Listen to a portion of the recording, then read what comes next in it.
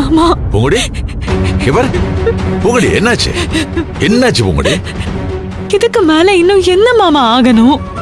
இங்க பாரு, அழக்கூடாது. நீ இப்படிலாம் அழுதா இந்த மாமனால தாங்க முடியாது. என்னால தானே மாமா உங்களுக்கு இவ்வளவு அசிங்கம் அவமானம்.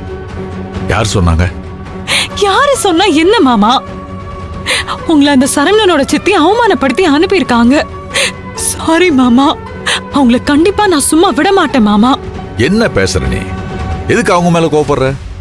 உங்களை அவமானப்படுத்தினா அதை நான் பார்த்துட்டு சும்மா இருக்க முடியுமா மாமா? உங்க அப்பா மேல தப்பு இருக்கு, அதனாலதான் அவங்க கோவப்பட்டு பேசுறாங்க. என்ன மாமா சொல்றீங்க? அவங்க பொண்ணு கேட்டு வந்தாங்கன்னா பொண்ணு தரேன்னு சொல்லணும், இல்ல இல்லன்னு சொல்லணும். அதை விட்டுட்டு அவங்களை அசிங்கப்படுத்தி அவமானப்படுத்தி அனுப்பிச்சா அவங்களுக்கு கோவம் வராதா? அவங்க கோவம் நியாயம் தானே.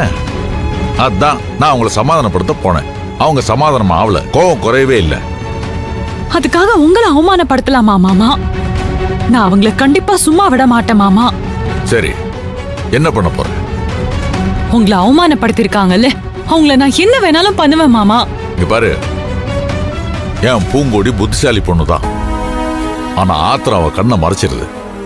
நம்ம பக்கம் தப்ப வச்சுக்கிட்டு எதுக்கு அவங்கள குத்தம் சொல்லணும்? எதுவா இருந்தாலும் சரி மாமா, அவங்க உங்களை எப்படி மாமா அவமானப்படுத்தலாம்? சரி, என்ன அவமானப்படுத்தினதை பத்தியே பேசிட்டு இருக்கியே, உங்க அப்பா மேல எந்த தப்புமே இல்லையா?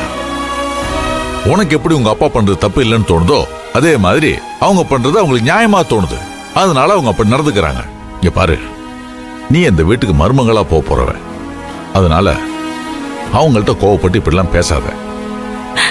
என்ன பேசுறீங்க மாமா?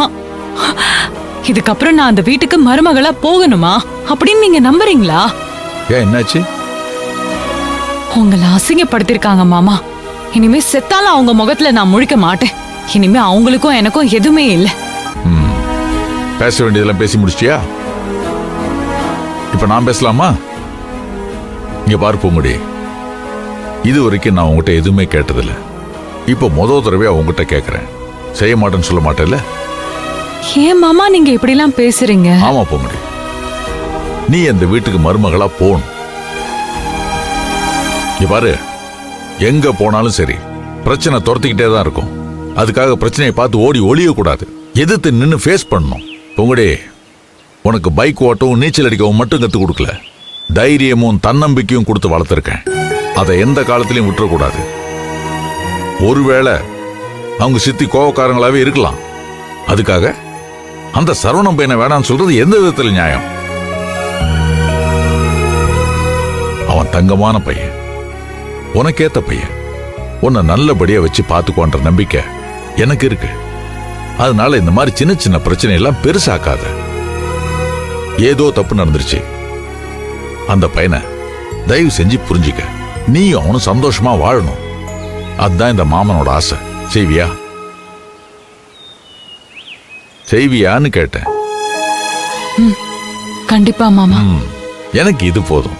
நீ அந்த வீட்டுக்கு மருமகளா போகணும், அந்த அம்மா மனசை மாத்தணும், நீங்க ரெண்டு பேரும் சந்தோஷமா வாழணும், அதுதான் எனக்கு வேணும். நடக்குமா? செஞ்சு காட்டுறேன் மாமா. நான் அந்த வீட்டுக்கு போவேன், சரவணனோட வாழுவேன், அந்த அம்மாவை மாத்துவேன். இது உங்க மேல சத்தியம். எனக்கு அது போதும். என் பூங்குடி எப்பவும் நல்லா இருப்பேன், நல்லா இருக்கணும்.